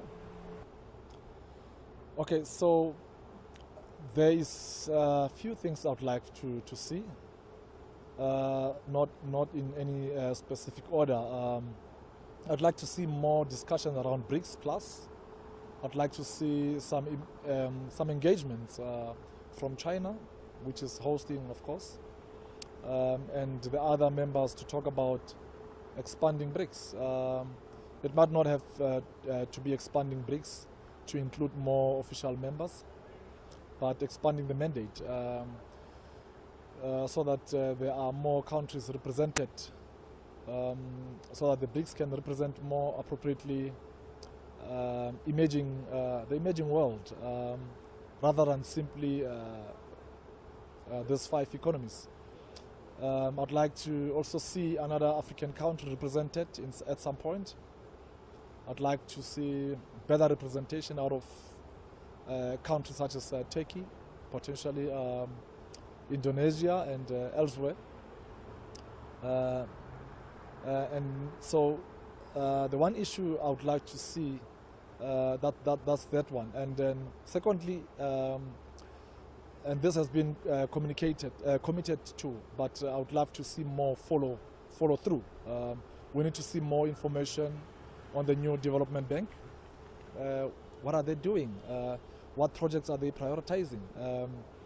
How committed each 5 member states, ensuring that, how committed are they in ensuring that the bank generally prioritize new infrastructure projects throughout developing economies.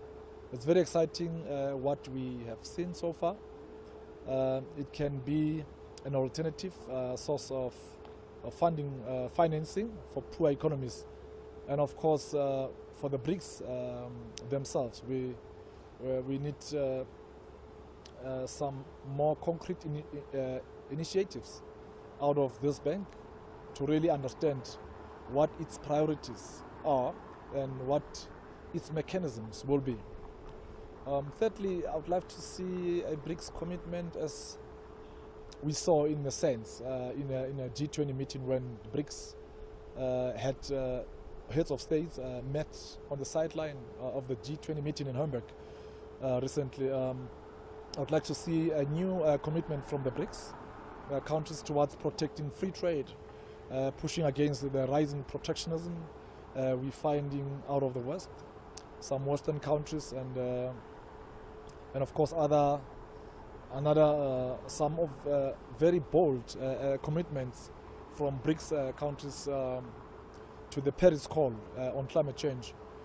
I think these are the things that I would like to see, as well as, of course, some of the broader engagements that we're seeing on a more bilateral level.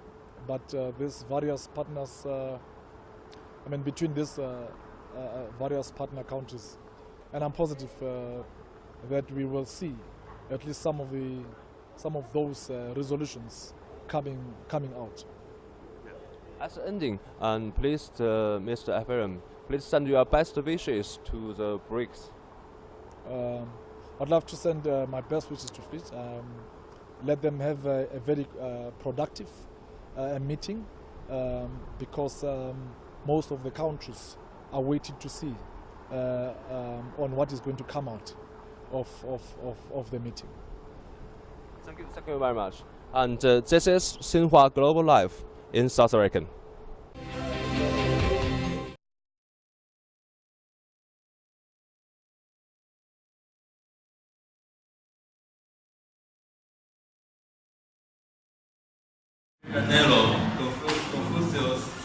Confucius Institute, Yangchao. Hi, let's say hi to our camera. Hi, everyone. Yeah. Now I'm in the Brazil-China Intercultural School in Italy city of Rio de Janeiro. This school is not ordinary. Unlike most of the language schools which teach students Chinese and Chinese culture in their spare time, it is normal high school. Students here are receiving their high school education as well as learning Chinese and know about Chinese culture. Okay, let's get inside and see what's happening there. Now we can see that there are many decorations about Chinese. Okay, let's see here. Many decorations about Chinese. This 运动 and 交通 is sports and transportation. Okay, let's move on. Okay, this classroom there is a teacher with teaching Chinese. 那天你星期天我学汉语，星期天我学汉语。 Okay, we can say hi. Let's say hi to our camera. Hi. Hi. Yeah, they are learning Chinese now. Okay, let's interview one of the students. Let's see. Okay, you.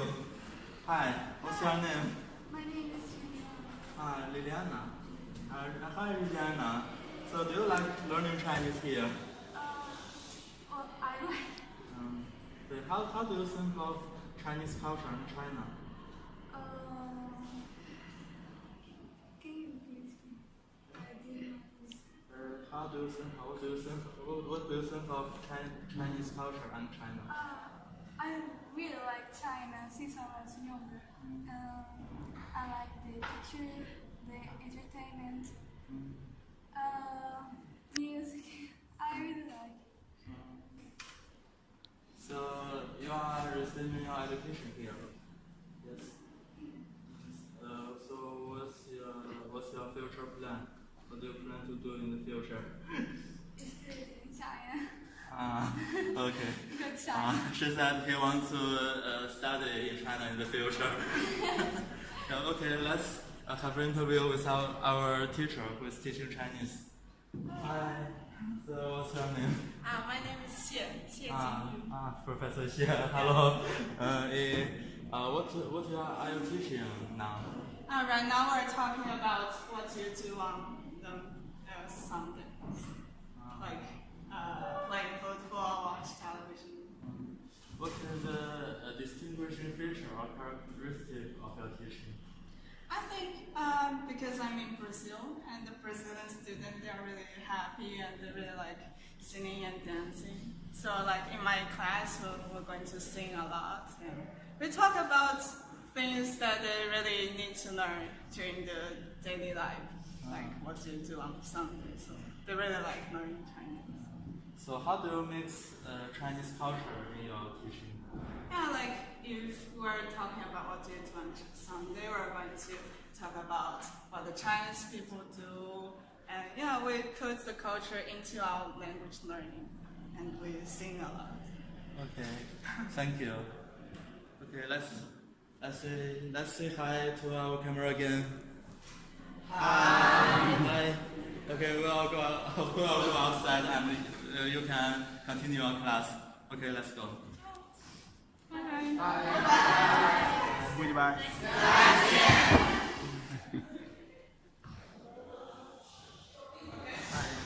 Now let's go to the next classroom. It's a very special classroom. They are learning paper cutting. Hi, our audience. Now I'm Zhang Yu with Shanghai News Agency. Now I'm in the Brazil-China Intercultural School in Italy City of Rio de Janeiro.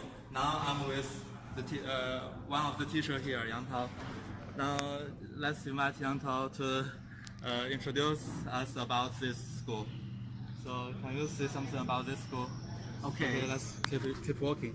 Okay, this school has more than 200 years history, and 200 years ago, here lived a princess.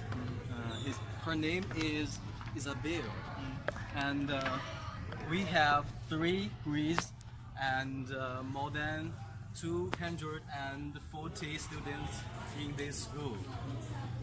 They are all from Rio. Okay. Now there are how many students here now in this school? More than 240 students study in this school. They are all receiving their high school education as well as learning Chinese. This school has 4 languages: English, French, Spanish, and Chinese. This high school is one of best high school in Rio. It's very good high school. Yeah. Okay, let's get into another classroom and see what's happening there. Let's get inside.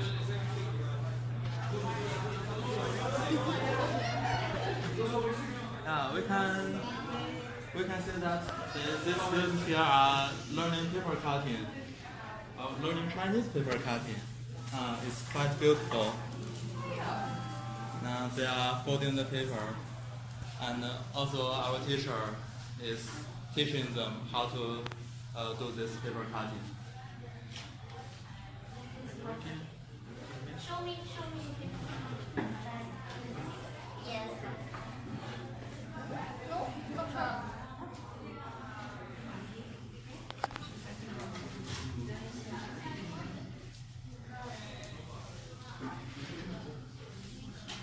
Keep this side upside down, upside up, and then forward. Okay, like this. Okay, let's have a little interview with our students. Okay. This handsome boy. Hi. Hi. What's your name? Ivan. Ivan. Hi, Ivan. So do you like study here? Of course. I'm learning how to make a paper cut. You can look at our camera. What are you learning? To do a different kind of paper cut. I made this one first. This is your work? Yes. It's quite beautiful. Quite beautiful. Yeah. So, how do you know about China and Chinese culture? I know a lot of things because of the school. I've been here for 2 years, and this is just one part of the culture that I'm learning. I learn a lot of things like how to play Wushu and other things. So, have you ever been to the contest of Hanyu? Yes, this year I did the Hanyu and I was the first one with another guy from São Paulo. Okay. Let's have an interview with another student here. So, here. Hi. Hi. I see that you are cutting the paper. Yeah. I'm still working. Yeah, you can turn around and look at our camera. Okay. So what you are learning? To do this cutting paper, yeah, a little bit difficult, but I'm trying. Okay. We can see that they are learning about cutting the paper. So, do you like Chinese culture and Chinese people? Yeah, sure. I really like the Chinese culture. I've been studying Chinese for about 2 years and a half into the school. So, over the time, I've been getting more and more interesting about the Chinese culture. Okay, thank you. You're welcome. Okay, let's go. Okay, we can see that there are many examples of the cultural cooperation about China and Brazil, as well as other countries of BRICS. This school is a good example because it is not only a school which teaches students Chinese, it is also a normal high school. They can receive the education here. Many of these students come from poor families, but they have a chance to receive education as well as learning Chinese. So let's move on. Let's see if we can find the professor of the Confucius Institute of Rio de Janeiro. Okay, let's go. In fact, this is the building which all the teachers is. Let's get inside.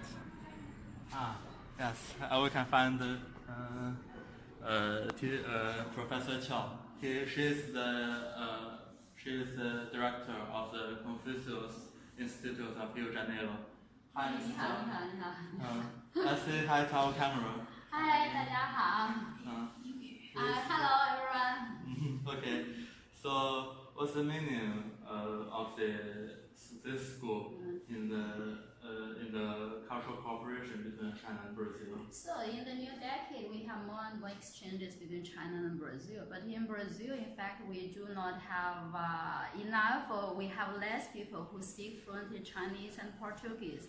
So every time when we have events, when we have activities, so we cannot find interpreters or translators. So with the cooperation of the state of Rio de Janeiro, we decided to begin Chinese teaching from the children. So that's the objective of this program. So we want to have to implant Chinese in the education system of Brazil, and from some cities, okay, so we have students who can speak Chinese fluently, who speak Portuguese, who can shoulder the responsibility to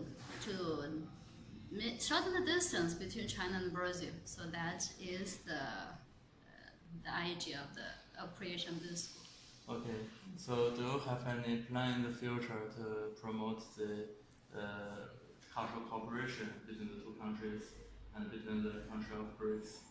Yeah, in fact, okay, we have more and more contact with Brazil, and we have more and more Chinese companies in Brazil.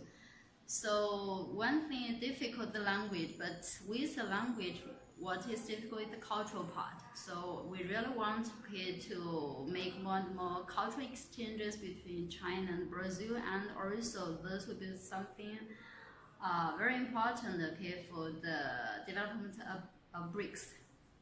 Okay, thank you. Thank you. Professor Qiao. Thank you. Thank So you. nice to meet you. Bye. Bye.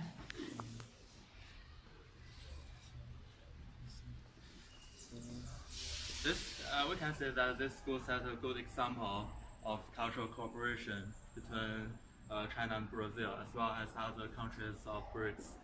Now, I'm Zhang Wuyue with Xinhua News Agency. Now we are in the Intercultural School of Employee City in Rio de Janeiro.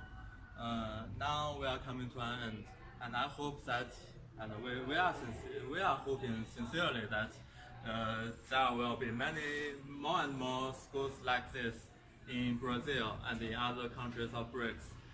That's all for today's live broadcast. I'm Zhang Wuyue with Xinhua News Agency. Thanks for staying with us. If you like our video, please tell us in comment as well as sharing the video. Okay, thank you again. Goodbye.